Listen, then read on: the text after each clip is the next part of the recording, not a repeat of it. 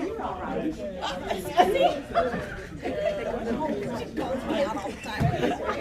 You call me out, too. I do. Who are you? Call me out. See? Okay, so everyone, let's lean in and let's listen. Okay, everyone? All right, here we go. Hi, you guys. How are you guys doing today? Great. I'm doing good. Thank you for asking. I'm super excited to be here. My name is Mel B, as Miss Carolyn said. I get the pleasure of working with Melly G, the one and only queen herself. Yes, ma'am. But I get the pleasure of working with her with our youth ministry. And so I've just loved getting to know you and getting to connect with you. I remember the first time I saw you come into youth, like you came in quietly. Like I remember you came in, you sat down, and I was like, oh, okay, like, you know, maybe we got to get her out of her shell a little bit. And then I remember the first time I talked to her, I was like, oh girl, I was like, never mind. She is, the shell is gone. She was broken out of the shell because you just have such a dynamic and beautiful personality. You just really love people and you love them well. And so I've loved getting to watch you grow too and connecting with kids and everything. And so hearing that you came out with a book specifically written for kids really just blew me away. Because again, it just shows how dedicated you are to loving kids and being there for them and really getting into their world. So again, thank you for all that you do. You're just amazing. I'm also just blown away at how amazing she looks. Like every time I look at her, I'm just like, girl, you look amazing. Okay, can I goodness. just interrupt you for a second? Yes. You said when you first met her. Now we all know that big puffy black jacket. Yes. And the hat. And headphones, right? So she would always wear that. She's cold. And then, bow! I know. No, I know. That was I'm loud because yes. Talk about amazing. So yes, Yes. that's crazy. No, I know. I think the first time I saw you dress up, I think I said that. I was like, I saw you and I did a double. I was like, hold on, I broke my neck. I was like, who walked in here? I was like, this is not the But then I'm, obviously seeing your photography that you've done and modeling. I think I kind of want that to be my first question. And I don't know if don't think it's written on here, but how many like business endeavors or projects have you worked on, like cumulatively? Because I know you've done photography and music, so could you list maybe some of them for us? Where do I start? That in itself is a book. Honestly. I would say, well, right now I'm a musical artist, also a model, a fashion designer / jewelry maker, and now recently an author. Yeah. Come on. And wait, remind us how old you are, please. 23. Goodness, I'm just blown away. I mean, I'm 22, so I'm not that much farther behind you. But like, I feel like I've done nothing. I go to work and live my life, but you do all these great and amazing things, and you're passionate about them, which is, it's just really amazing to see all the great things that you've done and accomplished at such a young age. So to kick off our first question, what inspired this book specifically, The Boy with a Purpose? What inspired you to write this book? So first thing was, as you said, when I started working with the youth, I got a chance to, directly connect with them and, know of their aspirations and, what they want to do and stuff like that. And for me, a Nigerian girl growing up in a Nigerian household, we are, always taught to know what you want to be in life from the early on. And based on how the school system and everything is set up, when you get to like senior secondary school, you're already going into the department that you want to. So if you want to be a medical doctor, you're going to the science department. If you want to be, do journalism, you're going to arts department, which has different, classes. If you wanted to do something in finance, you're going to, commerce department. So it's like different departments, and we're already programmed pretty much to do it in that way. So coming here, working with youth, I'm seeing like it's not like that here. And a lot of them are all like, you know what, when I get to a certain point, then I'll think about it. And I'm like, what? No, not me. Come on. Yeah, because when I already want to know what I want to do in time, or at least start thinking about it. So when that time finally comes, I don't want to just like start rushing and making a whole lot of mistakes. So I felt like, writing a children's book where you can start from kids would be the best, something that kids can talk to with their parents and, ask questions about all of those, what is purpose, all of those things, because kids are very curious, and that way as they grow, whatever you embed in them at a very young age is what they will grow with. Yeah. No, that's amazing. I didn't even realize that that's what your schooling experience was when you were in Nigeria. That actually blows my mind. I'm like, all right, can we do the same thing? Because here I am, I'm figuring out life as it is. And then I really liked how you're saying it kind of sparks the conversation just by even reading this book. It opens up the door to have that conversation with your family to say, what is my purpose? Like diving deeper into it as a family unit. I do have another question for you. How do you feel like your family has played a part in kind of getting you to where you are now? Because you did kind of talk about that, and so I'm just intrigued. How do you feel like your family has played a part in getting you to this place as well? I think my family realized very early on that I have the tendencies to be crazy. So they're like, in a good way. In a good way, yeah. Sometimes bad. But I think they pretty much just realized that, look, we can either, support her or, not do it at all. And they chose to, support me in a lot of the things that I do. So I'm super grateful for that. Anything I'm doing, I'm running it by my younger sister, my elder sister, my brother, my mom, my sister. She's literally my mannequin for anything I want to do. Both of them. So, I mean, I guess that's the best thing of having, a lot of people in your family. Like, I have to, I can run ideas through them, and say, what do you think about this and that? And I'm super grateful to God that I do have a family that supports that. Wow. No, that's awesome. Thank you, family. You guys are the rock stars holding Melody up. So thank you. That's awesome. And I love to hear that you are getting that support at home, because for a lot of kids, that's something that they do lack, is having support at home. And so again, bringing this book into their world, into their realm, can maybe potentially help spark that conversation. So that's, again, an amazing thing. Next question for you is, how did you select the names of your characters? What sparked the idea to bring them to life? Again, because, most of the names of the characters, if not all of them, are Nigerian names. And when I'm writing, I try to think of, normally when I imagine stuff and everything, it's whatever comes to my head. And I just felt like it's only natural that I would write, based on, Nigerian characters. Yeah. Because that's, I'm Nigerian and that's what I grew up on and stuff. Yeah. If I was writing like a different book or, touching on a different, subject and stuff, maybe my demographic or, the people I'm around, then, I would like put in characters, that would suit that demographic in a sense. Yeah. No, I love that. So you also, how long have you now been here in the States since coming from Nigeria? How long have you been here? Well, I've been away from Nigeria for years. Wow. I was in Vietnam first, and then I came here, so I've been here for about 3 years. Wow, that's amazing. Oh my goodness. Wait, I'm like blown away. How do you feel like just seeing all these different cultures, because you kind of touched on that a little bit before, how do you feel like that's played in your own life now, like just processing, coming from Nigerian culture and now being here? How do you feel like that has affected you, and like maybe you've grown or like learned and been able to see all these different cultures? Because for us, like I really only know my culture here, and like yes, I get to go visit other places, but you lived there for so long and now you're living here. How do you feel like that has maybe shaped the way that you view purpose and played a part in that?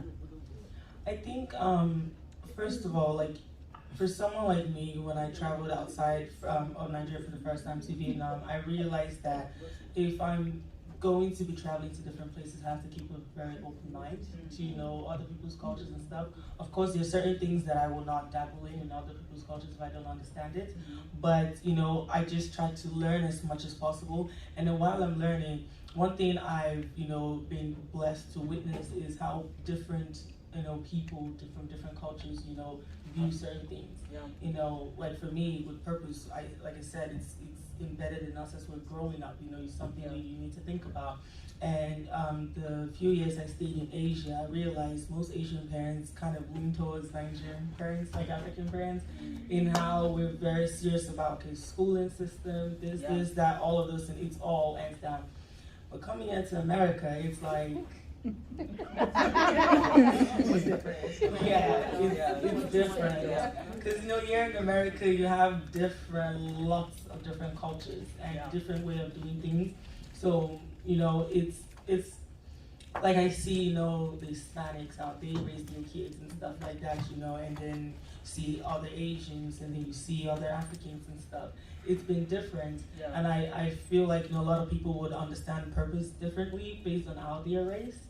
It's all about, when your child is growing, it's all about what you instill in them, right. Because that's how they would grow with that mindset. So that for me, I'm like, despite your culture, kids are still going to be kids, and they are still going to be raised, whether you like it or not. They will definitely grow. So you just have to be, focused on what you really want to instill in them, and how that is going to set their life, as they grow. No, that's amazing. If there was something that you could tell your younger self, in your writing and everything, what would it be? Take writing seriously. Don't fail literature class. I mean, it's really funny. If I told my English teacher really saw potential in me, but you see potential in me does not mean I see it in myself. And then I wasn't really focused on that. I was more focused on boys than literature and stuff like that. So, but I really, really, would love to tell myself, take it seriously. Take other things seriously. Learn a lot. Don't wait till it's too late for you to start picking up on stuff. Wait, so did you fail your English class? I'm like now intrigued by this. So not to like cry, but I'm like very curious because here you are writing a whole book, and I'm like, wow. It's fine. I was in the arts department because I was thinking I was going to do something with mass communication or journalism. I was deceiving myself. I didn't want that.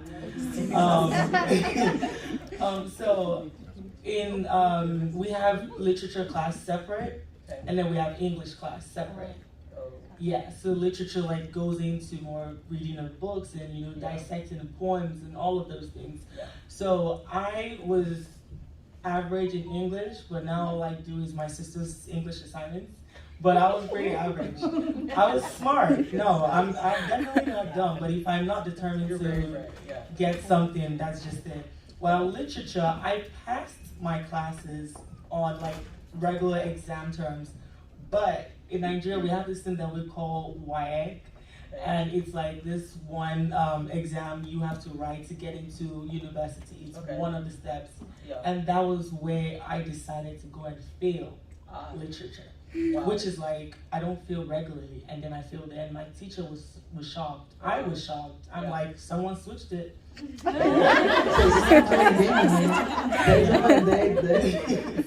That's amazing. But here you are now writing a whole book. That's amazing. I would have never thought that was part of your schooling, failing an English class or failing your literature class. I would never imagine that, because again, here you are writing a whole book. So let's see, our next question is, if you had to do something differently as a child or in your teens or even now being a young adult to become a better writer, even just continue to grow yourself, what would you maybe do differently? As a child, I would have, like I said, studied more. So the weird thing about me, fun fact, I like writing, but I detest reading. Really? Yes. I don't like to read. So if I'm reading something, it has to be really captivating, because you need to keep my attention on it long enough for me to go through with it. But I wish I had cultivated the habit of reading more and more, and not just as a child. And now, I do like to read once in a while, but then I just start sleeping. Yeah, so even if it's interesting, sometimes I'm like, okay, I just need to pause and then I'll continue in 6 months. So take reading seriously. I love the honesty, because genuinely me as well. I also recently have taken up reading again finally for the first time, and then I realized how short of an attention span I have, and I was like, oh, this is a problem, but it's fine. So are you planning to write another book? I think that might be the big question. Are you planning to start another writing endeavor? Are you looking to maybe stay in the same audience or crowd? What is your plan and your authorship?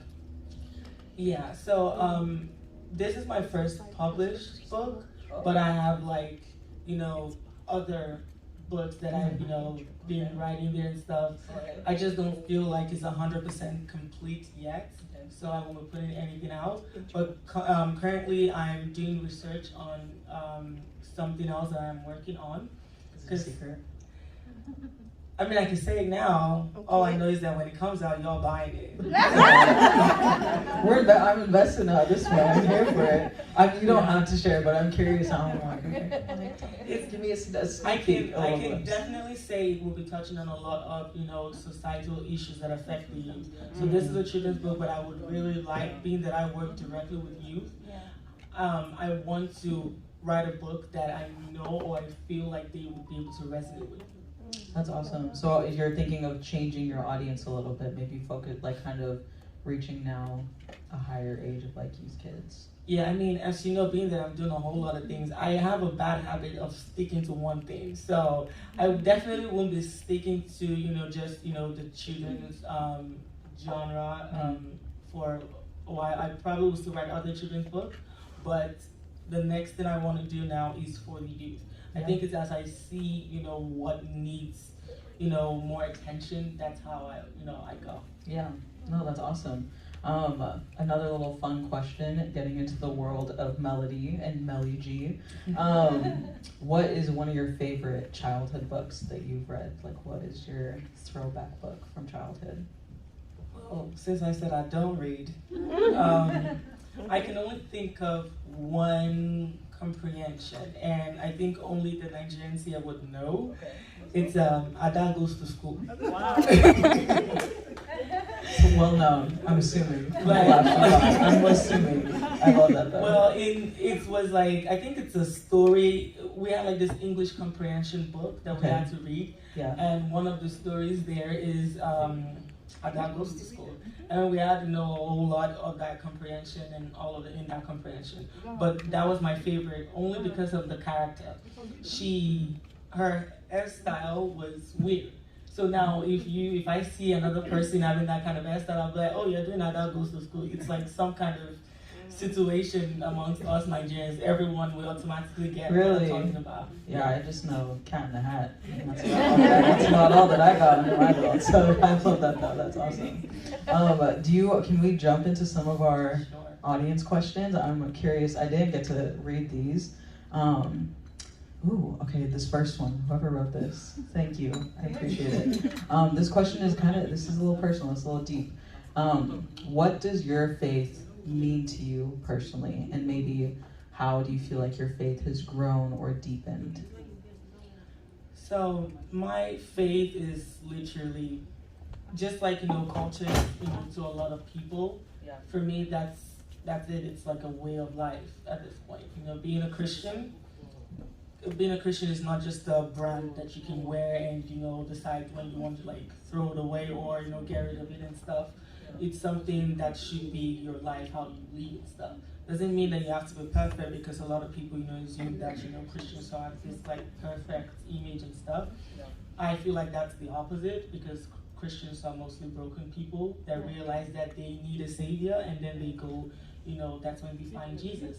And for me, that's what my faith is. It's grace, mercy, love, and also at the same time, that love could come in different forms, and it could also be in a way someone may feel like you're hating them, even when you're not. It could be tough love sometimes, but if the Bible, I try to use the Bible as my daily manual. You know, every single day is hard. I ain't gonna lie, I'm not perfect. But still, I try my best. And I think, you know, as long as God knows my heart and He sees that I'm trying, that's how important my faith is to me. It's everything. Yeah, no, that's awesome. I love how you said that you use the Bible as your manual, which again, like you said, is really difficult and really hard to do. But I just loved everything you had to say. I thought that was just, I'm gonna cry to other people. Okay, our next audience question is, what helped inspire you while you were writing? Was it maybe like food that you ate, prayer? Like what sparked up some ideas in your writing for this book? I just got the idea. Like I knew I wanted to write something. Yeah. I wasn't sure if it was going to be a children's book first. I just usually, when inspiration comes to me, it could be for anything at all. So I have like I have my phone, a notepad on my phone, but I also have like a physical, actual notepad that I take everywhere with me. Because I could be in the bus and then I get an idea and I just start writing. Wow. Literally immediately, yeah. So I could be on my phone, and sometimes when I'm writing constantly back to back, I'm sorry, you'll be talking to me and I'll literally not pay attention. Because I feel like I need to just get this out, you know, now and stuff. So for this book, I realized there was a need. I wanted to talk about this. I wanted to talk about something with purpose. And from there, I just started to think of, okay, how am I going to start? Where, you know, what am I starting with? You know, who's the story about? All of those things. And when I have it figured out in my head, then I start writing everything. Yeah, I think that's something I really liked about your book too, is just the way that the story continued on and how it really did involve like the whole family. Like we weren't just following the journey of the boy discovering his purpose, but he was there with his family and other people in his life that he was discovering it with. So I really loved just the way that carried throughout your book. How long did it actually take you to complete the whole writing process, like start to finish, getting it designed and all that? How long do you estimate that took? I would say about, it's different because it took me, I think, about, let me say, 3 hours to write the book. Okay. And once I was done, when I'm done and I drop my pen, I'm never going back to it. I'm done. That's it. So when after doing that, I had to find a publisher first, and that took me a couple of months. So I would say like my manuscript was submitted in September, and I got the first actual copy this year, April. Oh wow, that's a couple months. Oh dang, you've been invested in this for. I mean, I had to save up money to publish the book. Yeah, so. no, that's awesome. That's amazing though. Yeah. I love that.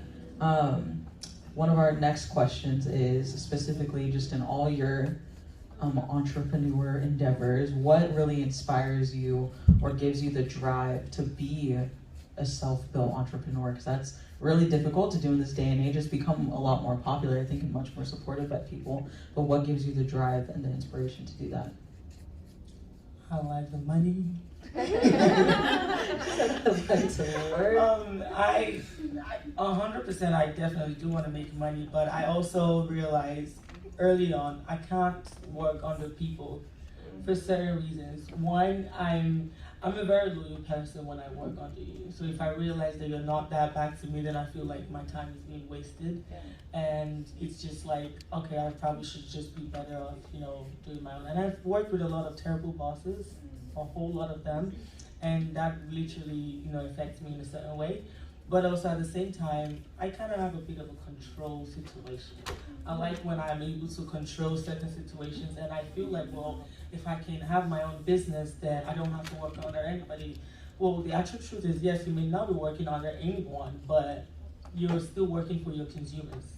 Because they're the ones who will have to purchase your stuff and all of those things. And you're not necessarily having a strict timetable. Like, it's not like oh, I'm going to work 9 to 5 and stuff. Starting a business, you're working all the time, pretty much, you know, until you can get yourself to that point where you can, you know, have other help and stuff like that. So I'm like, I also love owning my own stuff. I love when I see my name on things. I'm like, yep, I did that. So that's me. I love saying my name, Melody Godspower, And it's like the It's a name is powerful really name. beautiful. Yes. Like, so when people see Melody Godspower, you know it belongs to me. Yeah. That kind of situation. So I like the hype, I get from it, but I also like being creative. So Yeah. why not make money from what I naturally already love to do? Yeah. So And getting to have your hand a part of those projects and knowing Yeah. like you've put in the time, you've put in the hours to do it, and now getting to see the final project. How exciting was that when you got like your first copy of the manuscript? Like, was that? it was exciting. I Yeah. was looking at it and I was like, I did that. That's awesome. Like That's I was beautiful. so proud. I'm usually not very proud of myself normally, but when I saw that, Mhm. knowing that I've gone from the writing stage, from the dreaming stage, to actually writing it, to actually finding a publisher, doing all of those stress back and forth and stuff, and Yeah. now we're here. I can actually see physical copy of what I made, how Yeah. it looks and everything. It's one of the best fulfilling accomplishments Wow. that I've ever, made in my life. 23 years on this earth, and seeing it just almost brought me to tears. Yeah. No, and doing that like without a manager, without having like other people working alongside you, like I can only imagine how much of a blessing it was to finally be like, we have the copy, like we're moving forward. That's awesome. I think one of our final questions that I have for you, and I think as people that are here to support you, that maybe we're all kind of wondering is, how can we be actively praying for you? How can we be actively supporting you just in all of your endeavors? So we can continue to see you grow and accomplish all these great and exciting things, because we know this is only the start. You have many more years ahead of you. How can we be backing you up as people that are here sitting in this room today, caring for you? How can we support you and pray for you?